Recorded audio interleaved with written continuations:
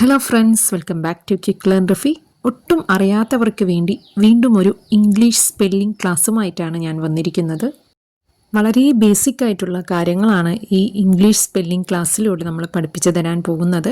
ഈ വീഡിയോ ഒരു വട്ടമെങ്കിലും സ്കിപ്പ് ചെയ്യാതെ കണ്ടു നോക്കൂ, ഉറപ്പായും അത് നിങ്ങളെ സഹായിക്കും. ക്വിക്ക് ലേൺ റഫി എന്ന നമ്മുടെ ഈ ചാനൽ നിങ്ങൾ ആദ്യമായി കാണുന്നവരാണോ? നിങ്ങൾക്ക് ഇംഗ്ലീഷ് ഒട്ടും എഴുതാനും വായിക്കാനും അറിഞ്ഞൂടെ? എന്നാൽ നിങ്ങൾ റൈറ്റ് പ്ലേസിൽ തന്നെയാണ് എത്തിയിരിക്കുന്നത്. ക്വിക്ക് ലേൺ റഫി എന്ന നമ്മുടെ ഈ ചാനലിലൂടെ വളരെ ബേസിക് മുതൽക്ക് ഇംഗ്ലീഷ് എഴുതാനും വായിക്കാനും പഠിപ്പിക്കുന്നു. കുറേ ക്ലാസ്സുകൾ ചെയ്തിട്ടുണ്ട്. ഒരു ദിവസം ഒരു ക്ലാസ് വീതം കണ്ടു നോക്കൂ, ഉറപ്പായും അത് നിങ്ങളെ സഹായിക്കും.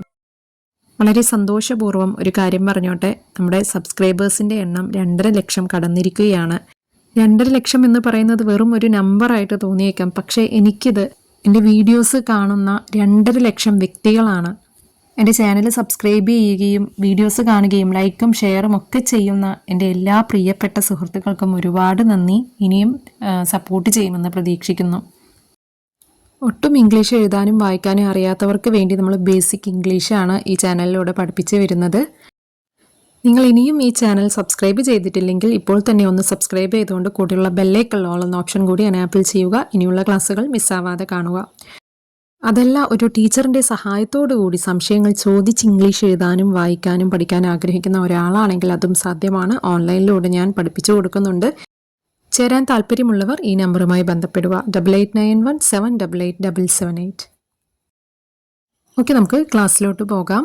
പല ക്ലാസ്സുകളിലായിട്ട് നമ്മൾ പറഞ്ഞിട്ടുണ്ട് ഇംഗ്ലീഷിൽ 5 വവൽസാണുള്ളത്. ഓരോ വവൽസിനും 2ൽ കൂടുതൽ വ്യത്യസ്ത ശബ്ദങ്ങളും വരുന്നുണ്ട്. അങ്ങനെ വരുന്നത് കൊണ്ട് തന്നെ ഇംഗ്ലീഷ് പഠിച്ചു തുടങ്ങുന്നവർക്ക് അത് ബുദ്ധിമുട്ടായിട്ട് തോന്നിയേക്കാം.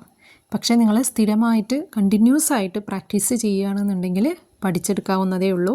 നമ്മുടെ ചാനൽ കണ്ടിന്യൂസ് ആയിട്ട് നിങ്ങൾ കാണാൻ ഉറപ്പായും അത് നിങ്ങളെ സഹായിക്കും. അപ്പോൾ നമുക്കിന്ന് ചെറിയ ചെറിയ വാക്കുകളിലൂടെ ഇംഗ്ലീഷ് സ്പെല്ലിംഗ് പഠിക്കാം. അത് നമുക്ക് വരുന്ന ചെറിയ വാക്കുകൾ നോക്കാം. 2 വ്യഞ്ജനാക്ഷരങ്ങൾക്കിടയിൽ, വ്യഞ്ജനാക്ഷരങ്ങളൊക്കെ ഞാൻ പഠിപ്പിച്ചു തന്നിട്ടുണ്ട്. അതായത് വവൽസിന് കൂടാതെ വരുന്ന മറ്റു അക്ഷരങ്ങളെയാണ് വ്യഞ്ജനാക്ഷരങ്ങൾ എന്ന് പറയുന്നത്. ബ, ഡ, ട്, പ്, അതൊക്കെ. ഓക്കെ, അപ്പോൾ 2 വ്യഞ്ജനാക്ഷരങ്ങൾക്കിടയിൽ വരുമ്പോഴുള്ള കുറച്ച് വാക്കുകൾ നമുക്ക് നോക്കാം. ആദ്യത്തെ വാക്ക് ഇതാണ്, BAT. അപ്പോൾ ആദ്യം ഒരു വ്യഞ്ജനാക്ഷരം ബ്, മൂന്നാമത് ട് എന്ന വ്യഞ്ജനാക്ഷരമാണ്. അതിനിടയ്ക്ക് എന്ന വവ്വലും കൂടി വന്നിട്ടുണ്ട്. അപ്പോൾ ഇങ്ങനെ വരുമ്പോൾ 2 വ്യഞ്ജനാക്ഷരങ്ങൾക്കിടയിൽ വരുമ്പോൾ അവിടെ എക്ക് ഒരു സൗണ്ടാണ് ഉണ്ടാകുന്നത്. സൗണ്ട് നമ്മൾ കറക്റ്റ് ആ ഒരു സൗണ്ട് മലയാളത്തിൽ എഴുതി കാട്ടാൻ പറ്റില്ല. അതുകൊണ്ട് എന്നൊരു ശബ്ദം ഇട്ടിട്ട് ഇവിടെ എഴുതി കാട്ടുന്നുണ്ട്.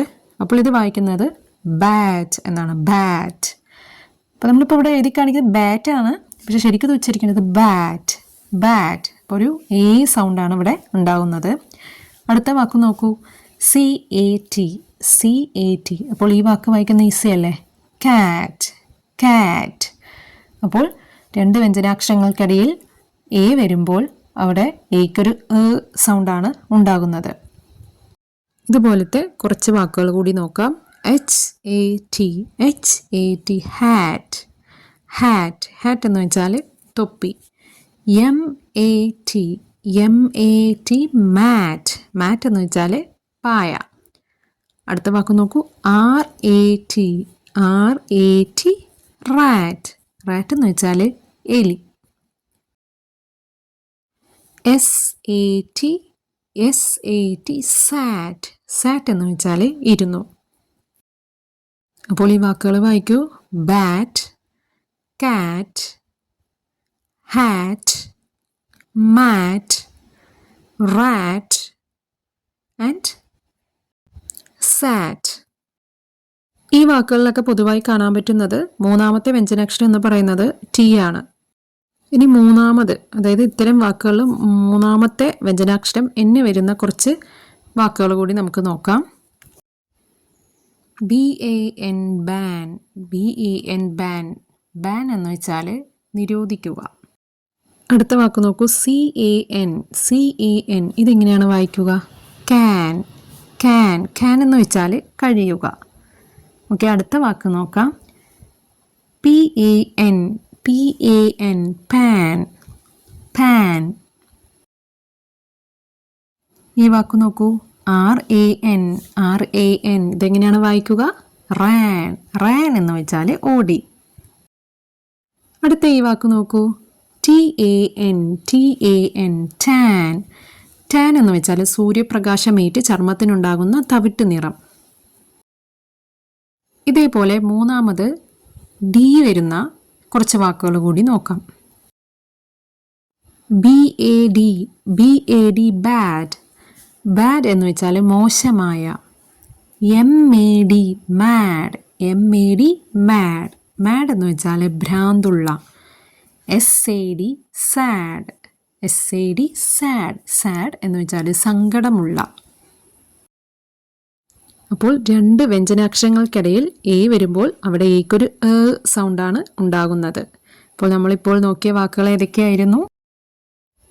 Ban, can, pan, ran, tan, പിന്നെ bad, mad, sad.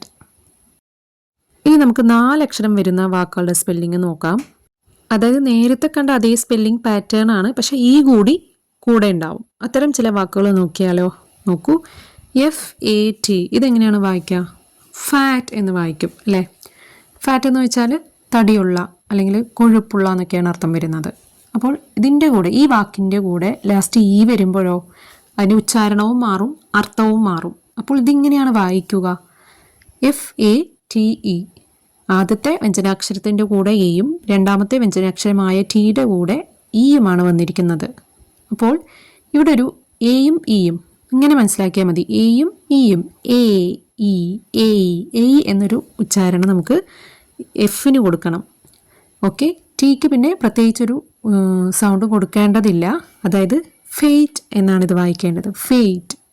മനസ്സിലാവുന്നുണ്ടോ? എയും ഇയും എ സൗണ്ട് നമുക്ക് എഫിന് കൊടുക്കാം. ഫ് എന്ന സൗണ്ടിന് കൊടുക്കുമ്പോൾ ഫെയ്റ്റ്, ഫെയ്റ്റ് എന്നാണിത് ഉച്ചരിക്കേണ്ടത്. ഫെയ്റ്റ് എന്ന് വെച്ചാൽ വിധി. ഈ വാക്കൊന്ന് വായിക്കൂ. GATE, GATE. അപ്പോൾ ഇവിടെ ഒരു സംശയം വന്നേക്കാം, ജിക്ക് ജി സൗണ്ടാണോ ഗ സൗണ്ടാണോ എന്നുള്ളത്. ഇവിടെ ജിക്ക് ഗ സൗണ്ടാണ് കേട്ടോ വരുന്നത്. അപ്പോൾ ഈ വാക്ക് എങ്ങനെയാണ് വായിക്കുക?